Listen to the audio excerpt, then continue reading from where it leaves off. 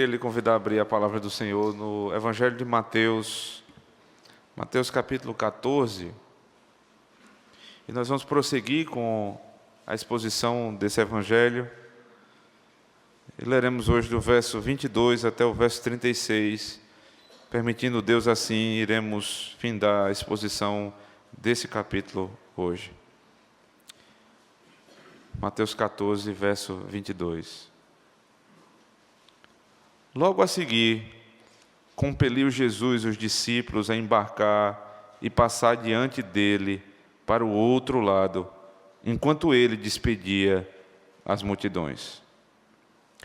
E despedidas as multidões, subiu ao monte a fim de orar sozinho. Em caindo a tarde, lá estava ele só. Entretanto, o barco já estava longe, a muitos estádios da terra, açoitado pelas ondas, porque o vento era contrário. Na quarta vigília da noite, foi Jesus ter com eles, andando por sobre o mar. E os discípulos, ao verem-no andando sobre as águas, ficaram aterrados e exclamaram: "É um fantasma!" E tomados de medo, gritaram. Mas Jesus imediatamente lhes disse: "Tende bom ânimo, sou eu, não temais." Respondendo-lhe Pedro, disse: "Se és tu, Senhor, manda-me ir ter convosco ou contigo por sobre as águas." E ele disse: "Vem." E Pedro, descendo do barco, andou por sobre as águas e foi ter com Jesus. Reparando, porém, na força do vento, teve medo e, começando a submergir, gritou: "Salva-me, Senhor!"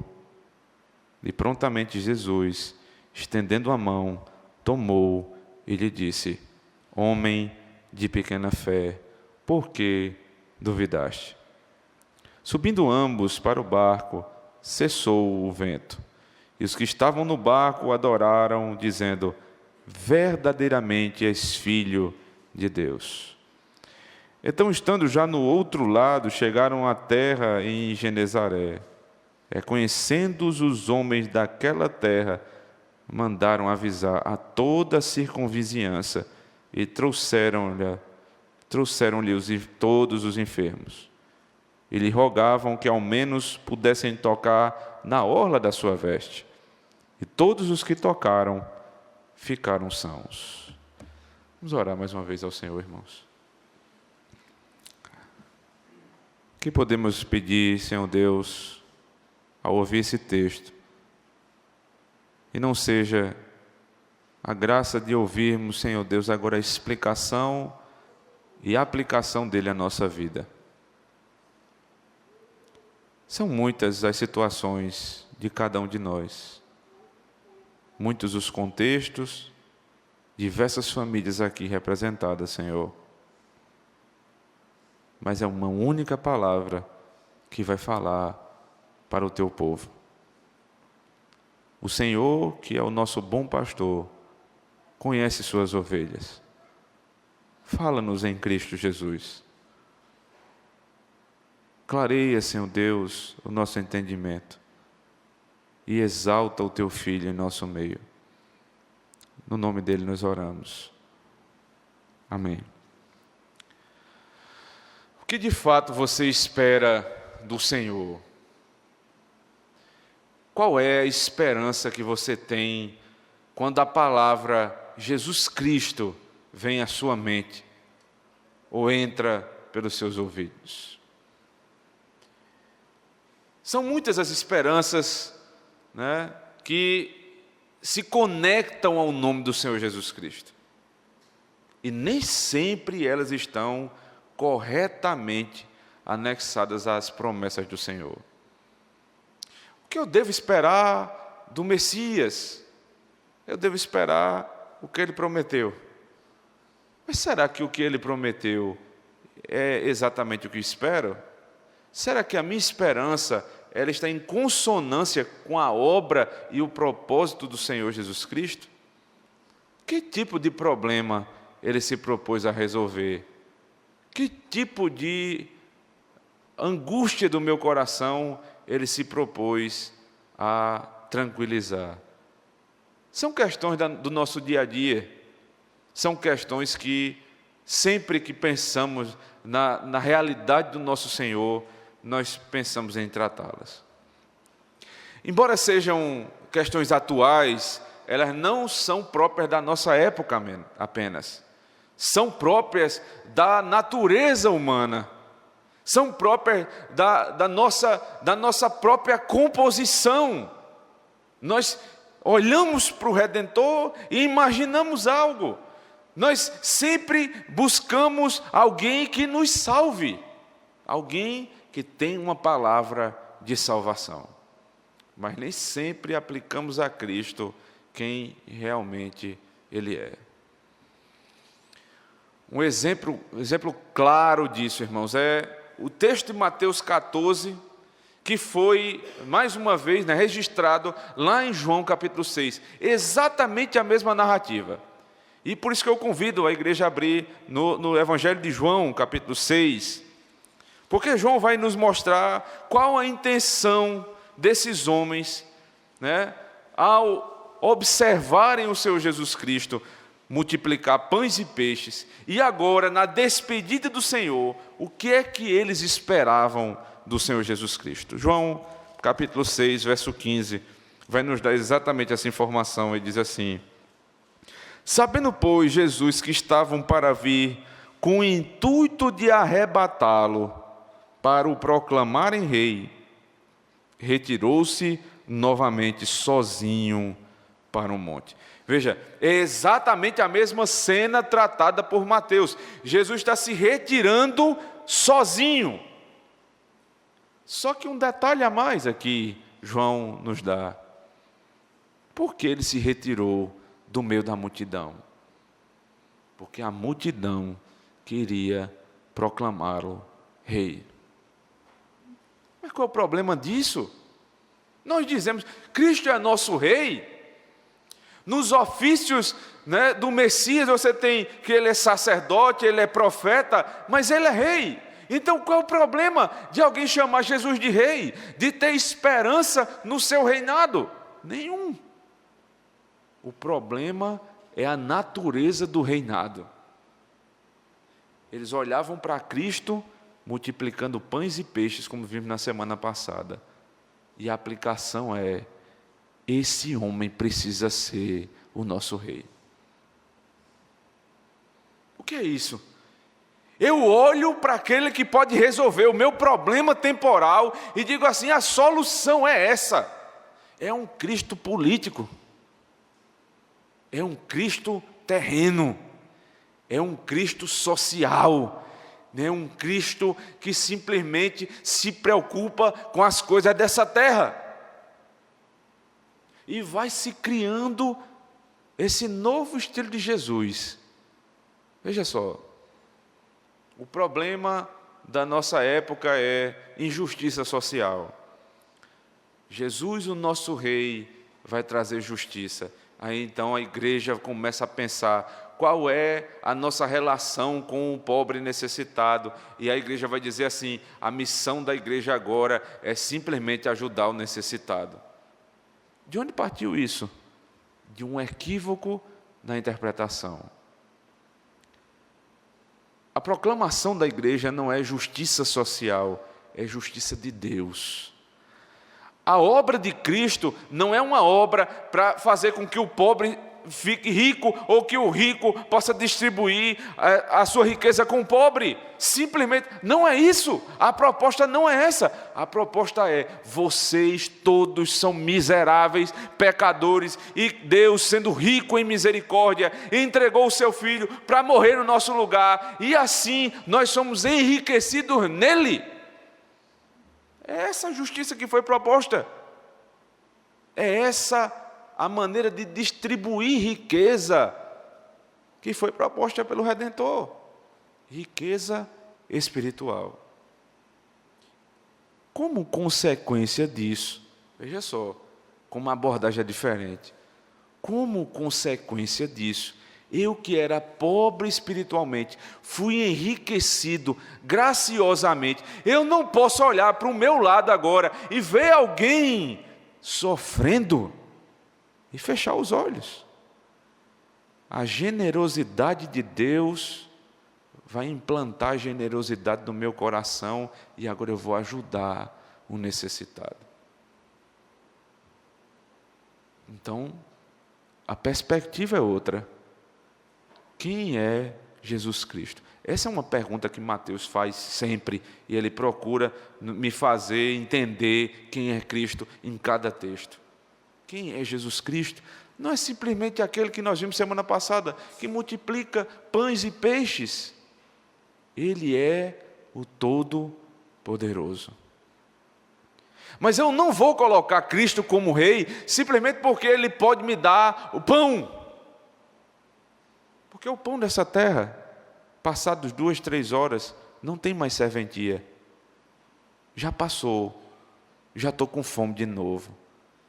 Então, nós vamos proclamar Cristo como rei. E o pão que Ele vai me dar é o pão eterno. Alguém está com problema no casamento? Quem é Cristo? Cristo é o marido perfeito. Então eu vou buscar em Cristo a solução do problema do meu casamento. Isso é válido, não tenha dúvida. O problema é a sua intenção. Veja, se você já foi salvo no Senhor, se você já foi transformado por Cristo, então você já entende esse conceito. Ele é marido da igreja, então a referência é Ele. Mas antes disso, você pregar, veja só, tem alguém do seu lado ímpio que não conhece o Senhor, que não faz ideia de quem é Jesus Cristo, e você vai apresentar Cristo assim para ele. Você está com problema no seu casamento? Cristo vai resolver. É alguma espécie de santo casamenteiro? Esse não é o Senhor revelado. Você tem que dizer assim: você tem um problema no seu casamento. Antes de tudo, você tem um problema maior. Você não é casado com Cristo. Mas se você se casar com esse Senhor, veja se não é assim a linguagem da Escritura. Gênesis capítulo 24, você tem lá Abraão mandando buscar uma esposa para o seu filho Isaque.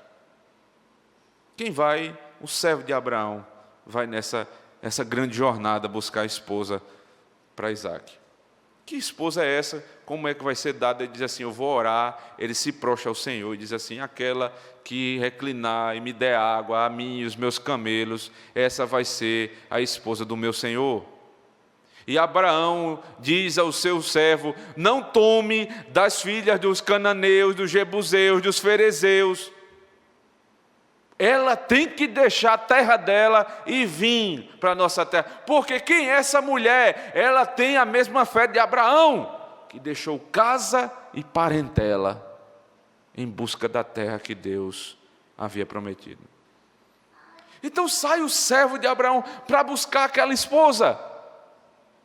E a imagem é essa, né? A imagem que Thomas Boston, né, ele cita no comentário do 10º mandamento. Ele diz assim: o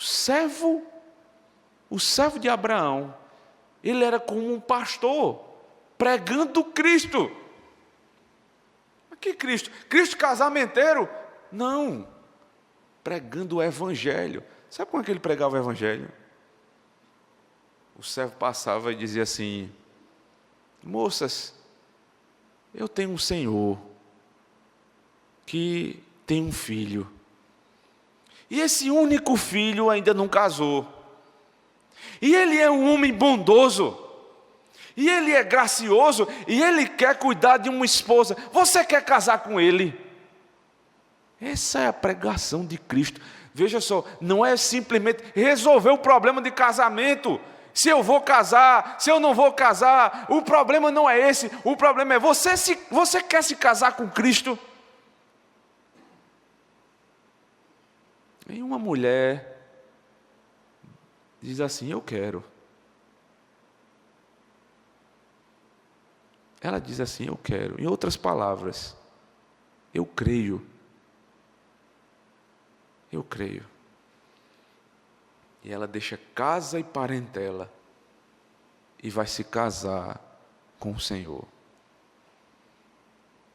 Eu não vou pregar Cristo simplesmente porque Ele multiplica pães e peixes, porque Ele anda sobre o mar, ou por qualquer uma dessas coisas. Eu prego Cristo dizendo assim: Ele é seu Senhor. Você quer casar com Ele? Você quer? Você é pobre, você quer ser rico? Aí você: claro que quero. Aí você: cadê? Como é que eu faço? Você precisa de Cristo. O problema no meu casamento, o problema na minha família, o problema no meu emprego, o problema da minha igreja, tudo isso é resolvido não pelo Cristo humano, simplesmente, mas pelo Cristo que é humano e divino. Essa é a pregação de Cristo. Mas os ímpios querem o céu na terra. É por isso que eles pregam Cristo de uma maneira equivocada. É verdade que alguns irmãos até na fé, gente de coração voltado às coisas do Senhor, tem esse equívoco também, que pode ser consertado pela pregação da palavra. Mas o que é que alguém que prega dessa maneira, o que é que ele quer, o que é que ele pensa a respeito de Cristo? Ele quer fazer com que o céu seja implantado nesse mundo. Mas deixa eu lhe dizer uma coisa: esse não é o plano de Deus agora. Esse mundo é caído. Então nós não vamos. Qual é a voz da igreja? A voz da igreja não é política, não é economia, a voz da igreja não é justiça social. A voz da igreja é: Cristo é o nosso Senhor e Ele é um bom marido. Você quer casar com Ele? É a pregação de Cristo. Ele é rei, é. Que tipo de rei ele é? Ele é o rei que doa a sua vida pelos seus súditos. Esse é o Senhor que precisa ser pregado. E esse Senhor, Ele anda com os seus discípulos. E Ele nos ensina a respeito de quem Ele é, por meio do seu caminhar com a igreja. Veja só. Voltando lá para Mateus capítulo 14, o verso 22 diz assim: logo a seguir, compeliu Jesus os discípulos a embarcar e passar diante dele para o outro lado, enquanto ele despedia as multidões. E despedidas as multidões, subiu ao monte a fim de orar sozinho. Em caindo a tarde, lá estava ele só. Que cena, né? Cristo sempre acostumado a andar com multidão, 12 discípulos ao seu lado e uma multidão que o espreitava. Determinada hora, depois de ele ter multiplicado pães e peixes, ele vai passar para o outro lado, por outro lado do mar, no barco, com os discípulos. Está todo mundo pronto lá para... Vamos, Senhor, nós vamos... E ele diz: não, vão adiante, e eu vou ficar. Os discípulos não podiam entender isso. Senhor, nós precisamos de Ti. Como é que a gente vai ficar? Não, vão adiante. Eu vou ficar sozinho. Qual é o propósito de Cristo? Orar. Veja como o narrador, ele quer me levar a uma conclusão. Ele diz assim: despedidas as multidões, subiu ao monte a fim de orar sozinho. Depois ele diz: em caindo a tarde, lá estava ele só, sozinho e só. Em caindo a tarde, longo tempo, ele passa sozinho. No capítulo 6, ele disse assim ao povo dele: vocês precisam aprender a orar. Como é que vocês vão orar? Vocês vão em secreto orar ao Pai. E o Pai que os vê em secreto os recompensará. O que é que ele faz? Ele vai orar em secreto. Existem alguns tipos de oração. Você tem a oração pública comunitária, como essa do culto, né? A oração da reunião de oração da igreja coletiva, a oração do culto doméstico. Mas todas essas orações só fazem sentido se uma primeira for verdadeira. A oração da nossa solidão. Eu e Deus somente. O Criador dos céus e da terra, quando encarnado, por diversas vezes, ele parou tudo o que estava fazendo para orar. Tudo o que ele estava fazendo para orar. E veja, não era pouca coisa, porque acompanhando a narrativa você vê, Cristo num dia ele prega num lugar, ele prega no outro, ele exorta, ele ensina, ele cura. No meio de tudo isso ele encontrava tempo para orar. Por dois motivos.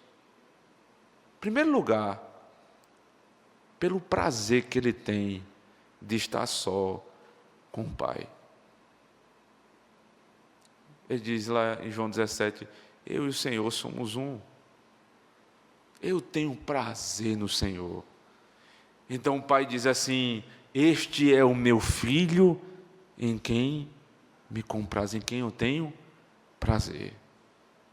Então a oração de Cristo, falando com o Pai, é a oração de prazer, de quem deveria expender tempo ali, despender muito tempo, orando diante do Senhor. Ó Senhor, e ele ali, ele vai ter esse prazer. Mas em segundo lugar, para me ensinar que eu preciso orar. Porque a oração me ensina dependência. A oração de Cristo é diferente da minha, entenda isso, né? Porque quando Cristo orava, nós terminamos a oração e dizemos o quê? Em nome de Jesus. Jesus não diz isso, ele dizia por mim mesmo. Então a oração de Cristo, ela é efetiva em seus efeitos, porque quando ele orava ao Pai, ele dizia, Pai, tudo o Senhor me deu, ouve a minha voz. Então o Pai dizia, eu me comprazo em fazer a tua vontade. E aqui é o inverso. Quer dizer, se o ímpio quer trazer o céu para a terra, né, fazendo justiça social, política, econômica, aqui é o contrário. Por saber que não tenho como trazer o céu para a terra, eu saio dessa terra e por uns instantes eu estou lá no alto com o meu Senhor. Eu não tenho como trazer o céu para esse mundo caído. A oração me faz elevar até o trono da graça. É esse o sentido da oração que o Senhor nos ensina. Mas a situação era complicada, veja o verso 24. Entretanto, veja, Jesus dormia. Entretanto, veja o contraste. Enquanto Jesus estava lá, sozinho, orando, como que tivesse, né, descansando, o barco já estava longe, a muitos estádios da terra, açoitado pelas ondas, porque o vento era contrário. Um detalhe aqui, irmãos, por que eles entraram no barco? Porque Jesus disse que eles iriam passar para o outro lado. Então, em primeiro lugar, precisa entender isso, né? A tempestade que eles estão enfrentando, a dificuldade que eles estão enfrentando no meio do mar, não é porque eles procuraram um problema. Foi Jesus que disse, entrem no mar, nós vamos passar para o outro lado. Depois Jesus disse, vão sozinhos e eu vou depois. É diferente, por exemplo, de Jonas, do profeta. Deus disse, vai para um lugar, ele vai para o outro. Quando ele vai para o outro, o que é que acontece? O mar se revolta. O mar fica revoltado. E Jonas, ele é expulso do barco. Porque estava fora da vontade do Senhor. Mas aqui não. Esses homens estão dentro da vontade do Senhor. E mesmo assim, vem a grande tempestade. Grande problema abate esse povo. Entretanto, o barco já estava longe. A distância já era muito grande, né? Pela contagem aqui de quilômetros, provavelmente já estavam em alto mar. Então, no alto mar, né, as coisas são muito mais complicadas, as ondas são muito maiores, a dificuldade é tamanha. Mas aí vem a última informação para deixar a cena ainda mais terrível, porque diz assim: porque o vento era contrário. Quem sabe o mínimo, né, de navegação entende. Vento a favor, geralmente você está mais tranquilo. Vento contrário, as coisas vão ficando complicadas. Um pregador um dia disse assim: o vento contrário afunda navio, mas o vento contrário eleva almas. Como é que, por exemplo, uma pipa, como é que ela sobe? Ela não sobe com vento a favor, ela só sobe com o vento contrário. Como é que minha alma se eleva? Não é na calmaria do mar, mas na tempestade. Na tribulação e na tempestade. O vento contrário, que afunda navio, eleva a minha alma. E esses discípulos, eles estão sendo gradativamente exercitados nessa verdade, porque no capítulo 8, um grande problema no mar também já havia acontecido. Volte comigo para você conferir, por favor. Capítulo 8, verso 23.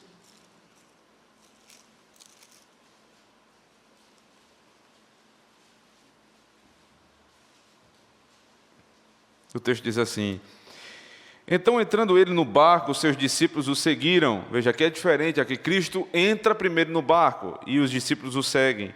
E eis que sobreveio no mar uma grande tempestade, de sorte que o barco era varrido pelas ondas. Entretanto, Jesus dormia. Mas os discípulos vieram acordá-los, clamando: Senhor, salva-nos, perecemos. Perguntou-lhes então Jesus: por que sois tímidos, homens de pequena fé? E levantando-se, repreendeu os ventos e o mar, e fez-se grande bonança. Veja que são cenas parecidas, mas o grande detalhe é o barco. Quem está no barco?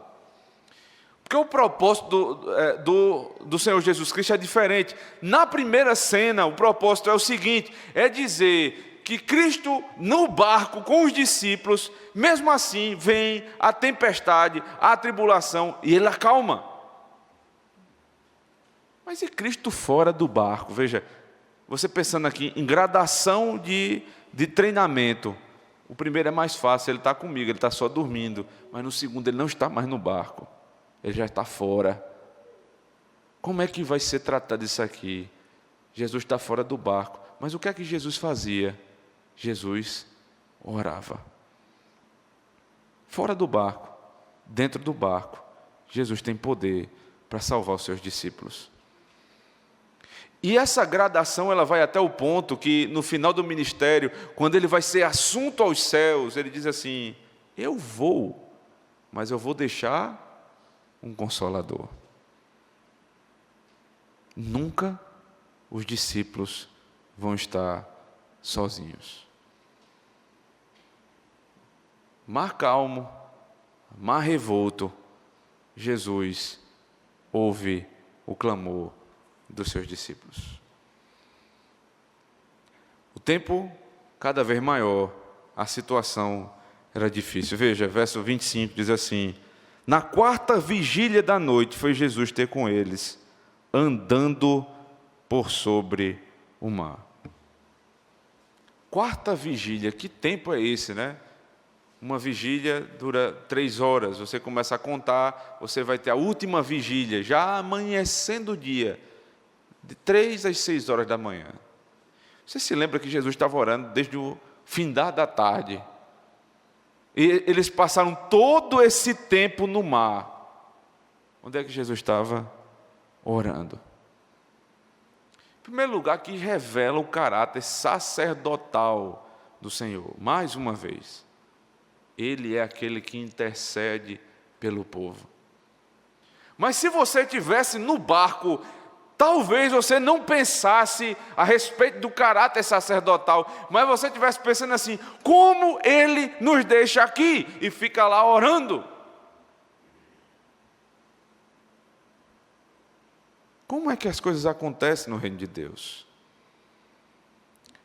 Na nossa vida, nós temos a tendência de sempre agir, sempre fazer, de sempre ir lá e resolver. Mas no reino de Deus não é assim. Cristo está me ensinando primeiro oração e depois vem a prática. Primeiro eu oro, depois eu ajo. Ele estava treinando os discípulos a paciência, quando o mar estava muito revolto e as coisas pareciam que iam, né, o barco ia a pique, ele começa a andar. Por que Jesus intercede, irmãos? Porque é necessário. Você se lembra, por exemplo, do momento em que Pedro passou em negar o Senhor Jesus Cristo?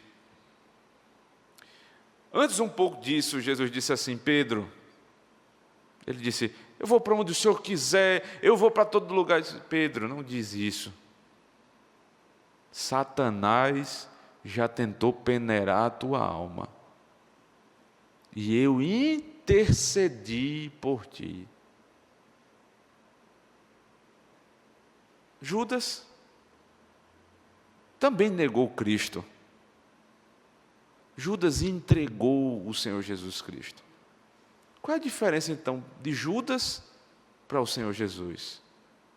Jesus não orou por Judas, não intercedeu por Judas. Sabe qual é a nossa diferença para os ímpios? Todos são pecadores.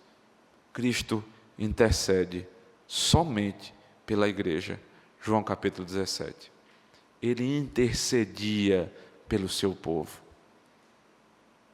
Terminada a oração, ele começa a andar. Então imagina a cena, né? Você já deve ter visto aí alguma ilustração do que é essa cena, e geralmente é o mar calmo, né? Mas a indicação aqui não é de mar calmo, é mar revolto, ondas altíssimas. E imagine você naquele barco, e lá vem um homem andando por cima de ondas de todo tamanho, né? Aquela cena terrível, e você não consegue enxergar muito bem, e os discípulos ficam apavorados. Veja as palavras deles. Foi Jesus ter com eles andando por sobre o mar, e os discípulos, ao o verem-no andando sobre as águas, ficaram aterrados e exclamaram: é um fantasma! E tomados de medo, gritaram. Quem é esse? Não é a pergunta de Mateus? Quem é Jesus Cristo? Quem é esse que anda sobre o mar? Eles não conseguem reconhecer aquele que andou com eles por 3 anos seguidos. Andar sobre o mar, quem é esse homem? O verso 27 diz assim: mas Jesus imediatamente lhes disse: tende bom ânimo, sou eu, não temais. Mais uma vez, se imagine naquele barco. E você primeiro tem um susto, né? Quem é esse que vem por cima das águas? Quem pode fazer isso? É um fantasma, é um espírito.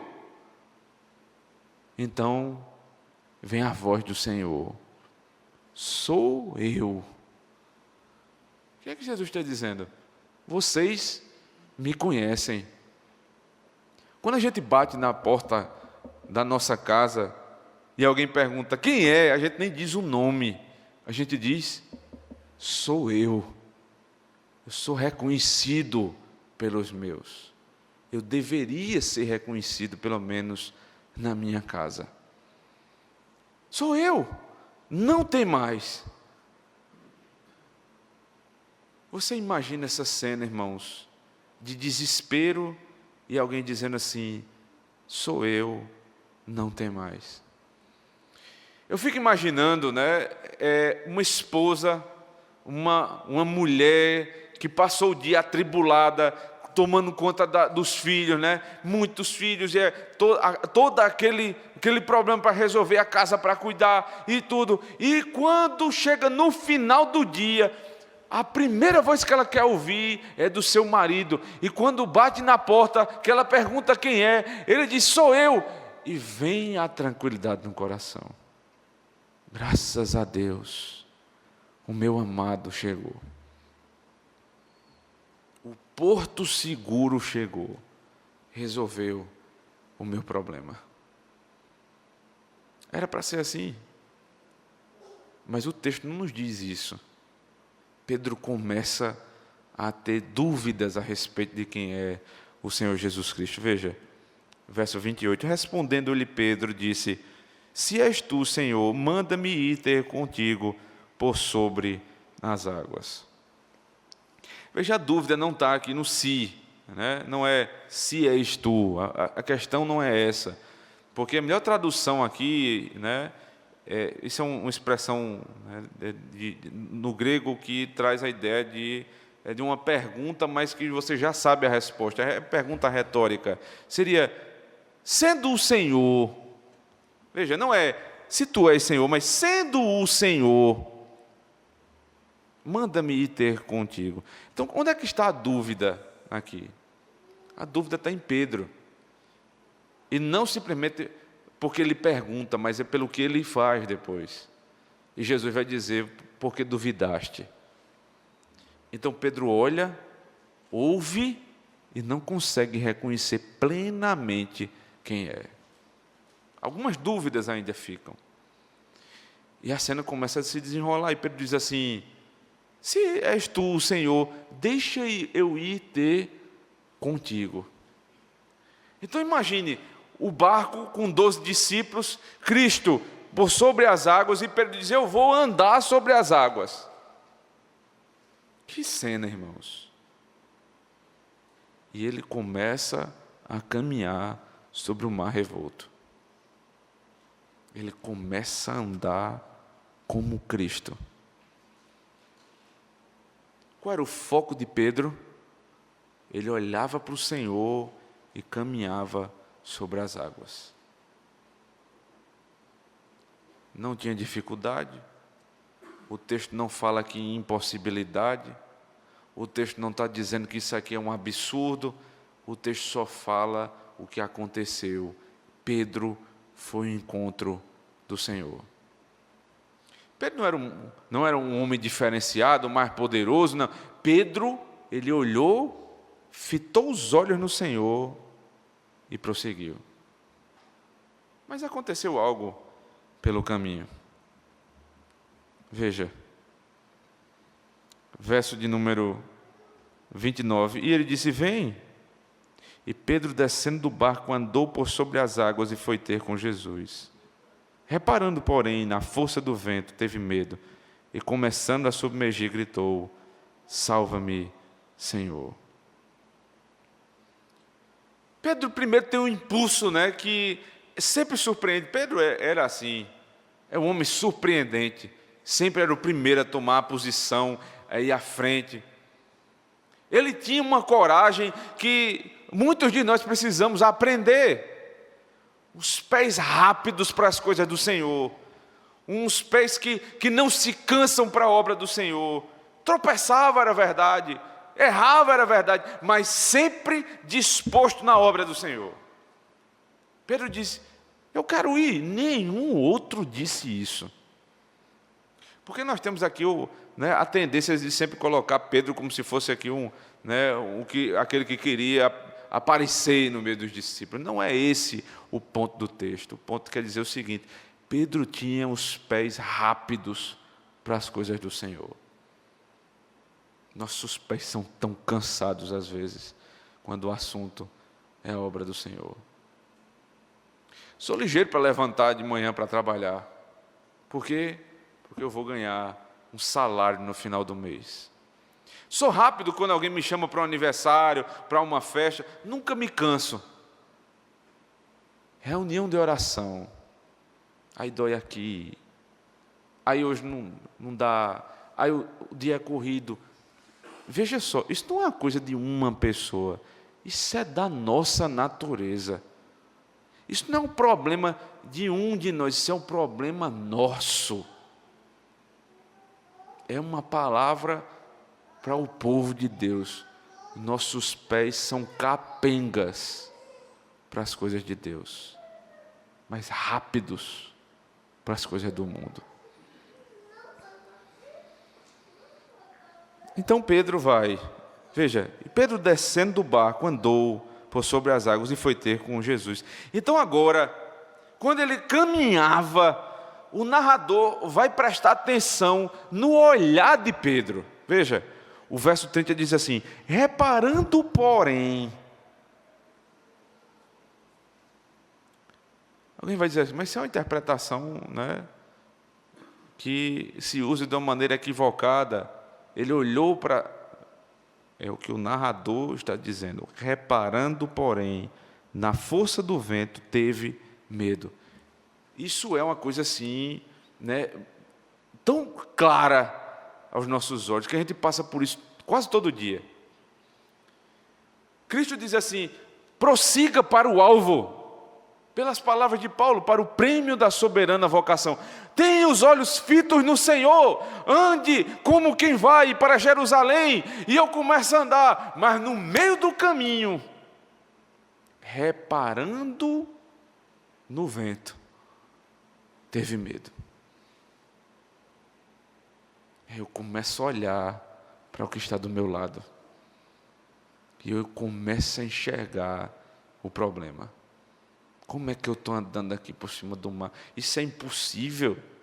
Isso aqui é uma coisa de louco. Isso não vai dar certo. Esse negócio não vai acabar bem. Isso vai dar tudo errado. E eu começo a fitar meu olho na circunstância e deixo de lado o alvo. É essa a intenção do narrador. Reparando no vento. Teve medo. O que acontece quando você começa a se entregar à circunstância? Começando a submergir. É isso que acontece. Você começa a afundar. E você cai num buraco que você não tem mais como sair, porque você se afunda completamente na sua iniquidade, principalmente na sua incredulidade. Se perdeu a esperança de Pedro, não tem mais para onde ir, ele vai afundar. Mas Pedro não é como os ímpios. Quando está se afundando, ele não tenta nadar sozinho, ele não tenta sair daquele buraco sozinho, ele diz: salva-me, Senhor! Completa dependência. Senhor, não tem como eu sair desse buraco. Salva-me, Senhor. E a cena é profunda, porque diz assim: estendendo o Senhor o braço, ele tirou Pedro. Ora, Jesus podia simplesmente dar uma palavra: levanta, Pedro. Ele já fez isso outras vezes. Ele poderia olhar para Pedro. Ele poderia fazer qualquer coisa. Ele estendeu o braço e puxou Pedro do buraco, que iria submergir a alma daquele homem. Pedro iria afundar. O que é que acontece então? E prontamente Jesus, estendendo a mão, tomou e lhe disse: homem de pequena fé, por que duvidaste? Subindo ambos para o barco, cessou o vento. E os que estavam no barco adoraram, dizendo: verdadeiramente, és filho de Deus. A cena termina assim.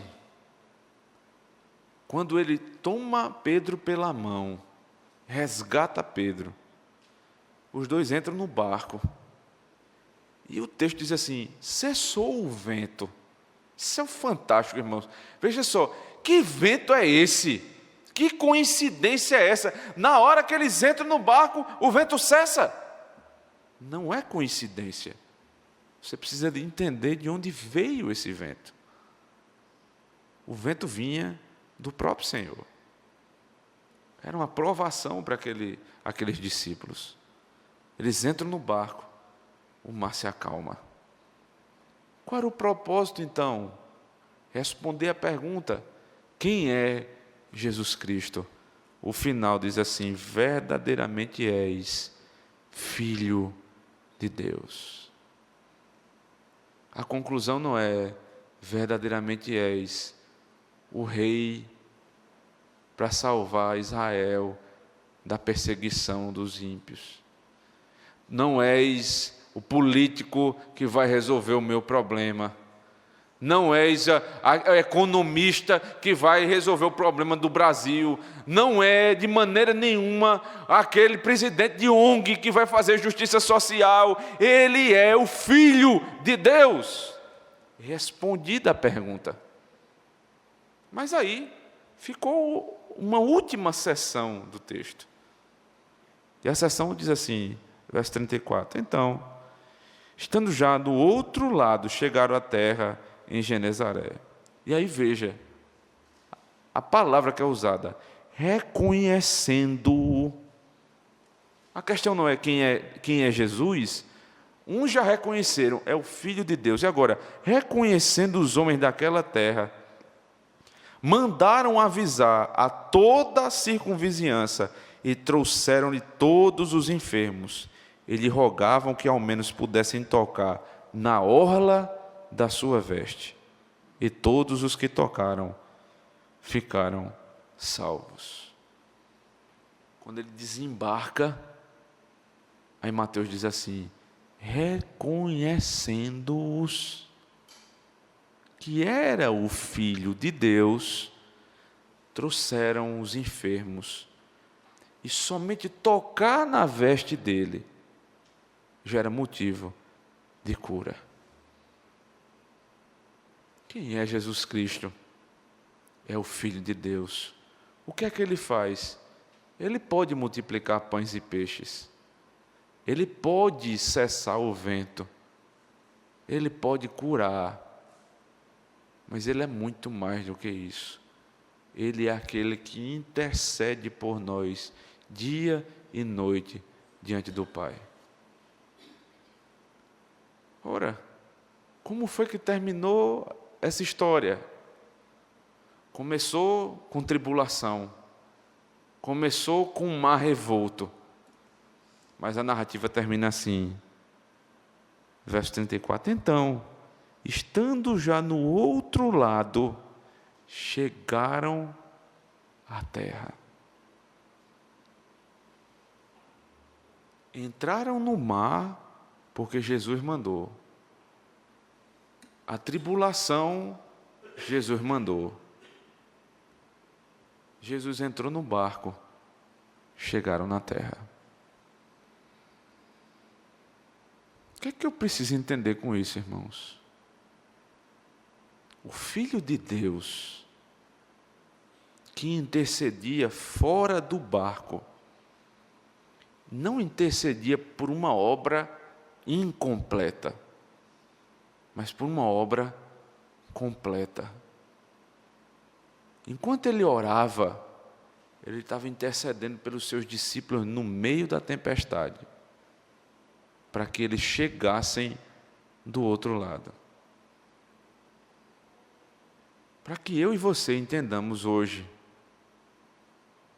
que aquele que começou a boa obra vai terminar.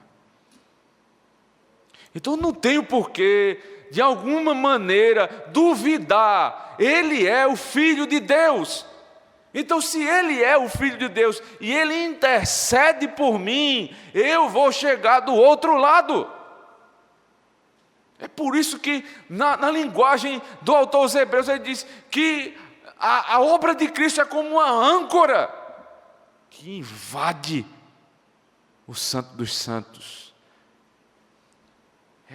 Nós estamos como num navio e a âncora é lançada, invade o Santo dos Santos e é cravada no lugar onde simbolizava a presença do Senhor.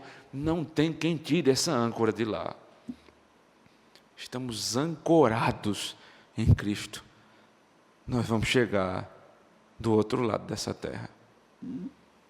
Ele não vai deixar o povo dele no meio do mar. Qual a grande lição, irmãos, que nós ficamos aqui desse texto, né? Muito simples. Quem é Jesus? Como você reconhece o Senhor Jesus Cristo? Uns vão reconhecê-lo de maneira equivocada, outros nem vão reconhecê-lo de maneira nenhuma. Mas todos vão passar por tribulação. A diferença é, o que passa a tribulação e tem Cristo intercedendo, o final é, chegarão à terra. Que terra? A terra da promessa. Os que passam tribulação sem Cristo intercedendo, não vão passar simplesmente uma pequena tribulação. Estão começando a entrar em alto mar, e um mar que não vai ter fim. Vão passar tribulação por toda a eternidade. Quem é o Senhor Jesus Cristo? Você precisa responder hoje. Tu és o Filho de Deus. Amém.